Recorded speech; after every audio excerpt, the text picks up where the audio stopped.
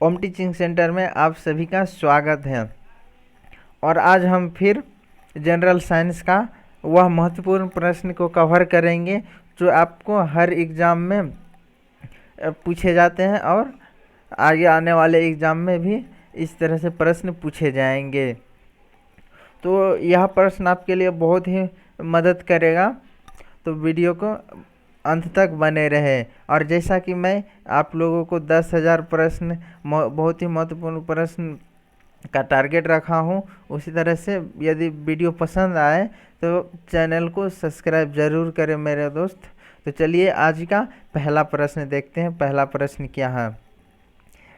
पहला प्रश्न है, तेल की एक छोटी बूंद पानी पर फैल जाती है क्योंकि? तो आपको कारण बताना है, तेल की छोटी बूंद पानी पर क्यों फैल जाती है। ऑप्शन है, जल की श्यानता अधिक होती है, जल की श्यानता, तेल की श्यानता अधिक होती है, जल की श्यानता अधिक होती है, तेल का पृष्ठ तनाव अधिक होती है, जल का पृष्ठ तनाव अधिक होती है। तो आपको बताना है सही आंसर। तो इसका सही आंसर होगा आपका ऑप्शन नंबर सी, तेल की पृष्ठ तनाव अधिक होती है, जिसके कारण तेल की एक छोटी बूंद पानी पर फैल जाती है। चलिए नेक्स्ट प्रश्न देखते हैं। नेक्स्ट क्या है? नेक्स्ट है, साबुन द्वारा निर्मलन का क्या सिद्धांत है। तो आपको बताना है सही आंसर है। ऑप्शन है, पृष्ठ तनाव, प्लवन, श्यानता, प्रत्यास्थता। तो इसका सही आंसर क्या होगा आपका? इसका सही आंसर होगा आपका ऑप्शन नंबर ए, पृष्ठ तनाव। यानी साबुन द्वारा निर्मलन का सिद्धांत क्या है? पृष्ठ तनाव। चलिए नेक्स्ट प्रश्न देखते हैं। नेक्स्ट प्रश्न क्या है? नेक्स्ट प्रश्न है आपके सामने, एक लिफ्ट में किसी व्यक्ति का प्रत्यक्ष भार वास्तविक भार से कम होता है जब लिफ्ट जा रही हो। लिफ्ट कहाँ जाएगा, किधर जाएगा, जिसके वजह से किसी व्यक्ति का प्रत्यक्ष भार वास्तविक भार से कम होगा। ऑप्शन है, त्वरण के साथ ऊपर, त्वरण के साथ नीचे, समान गति के साथ ऊपर, समान गति के साथ नीचे। तो इसका सही आंसर क्या होगा? इसका सही आंसर होगा आपका ऑप्शन नंबर बी, त्वरण के साथ नीचे जाने पर व्यक्ति का प्रत्यक्ष भार वास्तविक भार से कम होगा। चलिए नेक्स्ट प्रश्न देखते हैं। नेक्स्ट प्रश्न क्या है? नेक्स्ट है, हुक का सिद्धांत निम्नलिखित में से किससे संबंधित है। तो आपको बताना हुक का सिद्धांत किससे संबंधित है। ऑप्शन है आपके पास,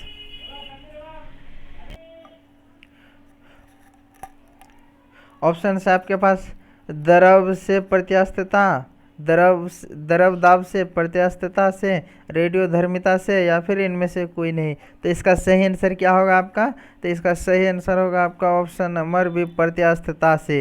यानी हुक का सिद्धांत किससे संबंधित है? प्रत्यास्थता से संबंधित है। इस तरह से महत्वपूर्ण प्रश्न आपको कहीं नहीं मिलेगा दोस्तों, बस वीडियो को अंत तक बने रहें। कोई साइकिल सवार किसी मोड़ पर घूमता है तो वह, जब वो साइकिल सवार किसी मोड़ पर घूमता है तो वह क्या करता है? अंदर की ओर झुकता है, बाहर की ओर झुकता है, आगे की ओर झुकता है, या फिर बिल्कुल नहीं झुकता है। तो इसका सही आंसर आपको बताना है। तो इसका सही आंसर क्या होगा आपका? इसका सही आंसर होगा आपका ऑप्शन नंबर ए, अंदर की ओर झुक जाता है। जब कोई साइकिल सवार किसी मोड़ पर घूमता है तो वह अंदर की ओर झुक जाता है। चलिए नेक्स्ट देखते हैं। नेक्स्ट क्या है? नेक्स्ट, किसी तुल्यकाली उपग्रह की पृथ्वी की सतह से ऊंचाई लगभग कितनी होती है। तो तुल्यकाली उपग्रह की पृथ्वी की सतह से ऊंचाई कितनी होती है आपको बताना है। 3600 किलोमीटर, 4200 किलोमीटर, या फिर 3000 किलोमीटर, या इनमें से कोई नहीं। तो इसका सही आंसर क्या होगा आपका? इसका सही आंसर होगा आपका ऑप्शन नंबर ए, 36,000 किलोमीटर। तुल्यकाली उपग्रह की पृथ्वी की सतह से ऊंचाई कितनी होती है? 36,000 किलोमीटर। आपको इस तरह से मैं बताऊंगा कि यहीं पर याद हो जाएगा, आपको बाद में याद करने की ज़रूरत नहीं है। नेक्स्ट है, वॉशिंग मशीन का कार्य सिद्धांत है। आपको बताना है वॉशिंग मशीन का कार्य सिद्धांत क्या है। अपकेंद्रन, अपोहन, अपकेंद्रन, या विसरण। तो वॉशिंग मशीन का कार्य सिद्धांत क्या है? आपका ऑप्शन नंबर सी, अपकेंद्रन। चलिए नेक्स्ट प्रश्न देखते हैं। नेक्स्ट प्रश्न है आपके पास, जब एक पत्थर को चांद की सतह से पृथ्वी पर लाया जाता है तो जब पत्थर को चांद की सतह से पृथ्वी पर लाए जाते हैं तो क्या होता है आपको बताना है। इसका द्रव्यमान बदल जाता है, इसका भार बदल जाएगा, परंतु द्रव्यमान में नहीं। भार और द्रव्यमान दोनों बदल जाएंगे, ना द्रव्यमान और ना ही भार बदलेंगे। तो ये आपको सही आंसर बताना है। सही आंसर क्या होगा, जब एक पत्थर को चांद की सतह से पृथ्वी पर लाएंगे तो क्या होगा, क्या बदलेगा, नहीं बदलेगा, आपको बताना है सही आंसर। तो इसका सही आंसर क्या होगा, इसका सही आंसर होगा आपका ऑप्शन नंबर बी। जब कोई पत्थर को पृथ्वी के सतह पर लाएंगे तो इसका भार बदल जाएगा, परंतु द्रव्यमान नहीं बदलेगा। चलिए नेक्स्ट प्रश्न देखते हैं। नेक्स्ट प्रश्न क्या है, नेक्स्ट है आपके पास, निम्नलिखित में से किसमें गतिज ऊर्जा नहीं है। तो आपको बताना है गतिज ऊर्जा किसमें नहीं है। गतिज ऊर्जा ऑप्शन है चली हुई गोली में, बहता हुआ पानी में, या चलता हथौड़ा में, या खींचा हुआ धनुष में। तो किस में गतिज ऊर्जा नहीं है, तो आपको बताना है सही आंसर। आपका सही आंसर होगा आपका ऑप्शन नंबर डी, खींचा हुआ धनुष में गतिज ऊर्जा नहीं होता दोस्तों। खींचा हुआ धनुष में आपका स्थितिज ऊर्जा होता है। चलिए नेक्स्ट प्रश्न देखते हैं। नेक्स्ट क्या है, जब एक चल वस्तु की गति दोगुनी हो जाती है तो उसका गतिज ऊर्जा क्या होगा, दुगुनी हो जाती है, चौगुनी हो जाती है, समान रहते, या फिर 3 गुनी बढ़ जाती है। तो इसका सही आंसर क्या होगा, इसका सही आंसर होगा आपका ऑप्शन नंबर बी, चौगुनी हो जाती है। जब चाल की वस्तु दुगुनी हो जाएगी तो उसका गतिज ऊर्जा क्या होगा, चौगुनी हो जाएगा। चलिए नेक्स्ट प्रश्न देखते हैं। नेक्स्ट प्रश्न आपके सामने, पानी के बूंदों को तौलीय पृष्ठ पर न चिपकने का कारण है। आपको बताना है कि पानी के बूंद तौलीय पृष्ठ पर क्यों नहीं चिपकते हैं। ऑप्शंस है असंजक बल का अभाव, पृष्ठ तनाव, आपस में मिल नहीं सकते, या फिर तेल की अपेक्षा जल हल्का होता है। इसका कारण क्या है दोस्तों, इसका कारण है ऑप्शन नंबर ए, असंजक बल का अभाव के कारण जो है पानी की बूंद तौलियों के पृष्ठ पर नहीं चिपकते हैं। चलिए नेक्स्ट देखते हैं। नेक्स्ट है 1857 का विद्रोह कहाँ से प्रारंभ हुआ था। आपको बताना है 1857 का विद्रोह कहाँ से प्रारंभ हुआ। ऑप्शन है दिल्ली, झांसी, मेरठ, या फिर कानपुर। तो इसका सही आंसर है आपका ऑप्शन नंबर सी, मेरठ से। 1857 का विद्रोह कहाँ से प्रारंभ हुआ, मेरठ से।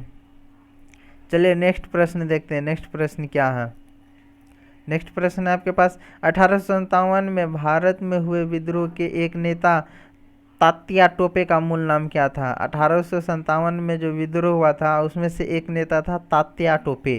तो तात्या टोपे का मूल नाम आपको बताना है। ऑप्शन है गोपाल कृष्ण गोखले, नाना साहेब, बालाजी राव, या फिर रामचंद्र पांडुरंग। तो इसका सही आंसर होगा आपका option number D, Ramchandra Pandurang. यानी तात्या टोपे का मूल नाम क्या था, रामचंद्र पांडुरंग। यह क्वेश्चन हर लगभग एग्जाम में पूछे जाते हैं दोस्तों, इसीलिए ऐसे क्वेश्चन को कभी मत छोड़िएगा। भारतीय स्वतंत्रता आंदोलन का सरकारी इतिहासकार था। तो आपको बताना भारतीय स्वतंत्रता आंदोलन का सरकारी इतिहासकार कौन था। आर.सी. मजूमदार, ताराचंद्र, वी.डी. सावरकर, या फिर एस.एन. सेन। तो इसका सही आंसर क्या होगा आपका ऑप्शन नंबर डी। तो भारतीय स्वतंत्रता आंदोलन का सरकारी इतिहासकार कौन था, एस.एन. सेन। चलिए नेक्स्ट प्रश्न देखते हैं। नेक्स्ट प्रश्न है आपके पास, मंगल पांडे कहाँ के विप्लव से जुड़े थे। आपको बताना मंगल पांडव कहाँ के विप्लव से जुड़े थे। ऑप्शंस हैं बैरकपुर, मेरठ, दिल्ली, या फिर इनमें से कोई नहीं। तो इसका सही आंसर आपको जल्दी बताना है। इसका सही आंसर होगा आपका option number C, sorry A, option number A, Barrackpore से। मंगल पांडे कहाँ के विप्लव थे, बैरकपुर से के। चलिए नेक्स्ट देखते हैं, हाइड्रोजन बम किस सिद्धांत पर कार्य करता है। तो आपका सही आंसर क्या होगा, आपको बताना है हाइड्रोजन बम किस सिद्धांत पर कार्य करता है। ऑप्शंस है नियंत्रित विखंडन अभिक्रिया, अनियंत्रित विखंडन अभिक्रिया, नियंत्रित संलयन अभिक्रिया, या फिर अनियंत्रित संलयन अभिक्रिया। तो आपको बताना है सही आंसर। इसका सही आंसर होगा आपका ऑप्शन नंबर डी, अनियंत्रित संलयन अभिक्रिया। हाइड्रोजन बम किस सिद्धांत पर कार्य करता है? अनियंत्रित संलयन अभिक्रिया। यह बहुत ही कंफ्यूजिंग वाला प्रश्न है दोस्तों, पर कंफ्यूज नहीं रखना है, इस तरह के क्वेश्चन आते हैं और अच्छी तरह से याद हो जाएगा।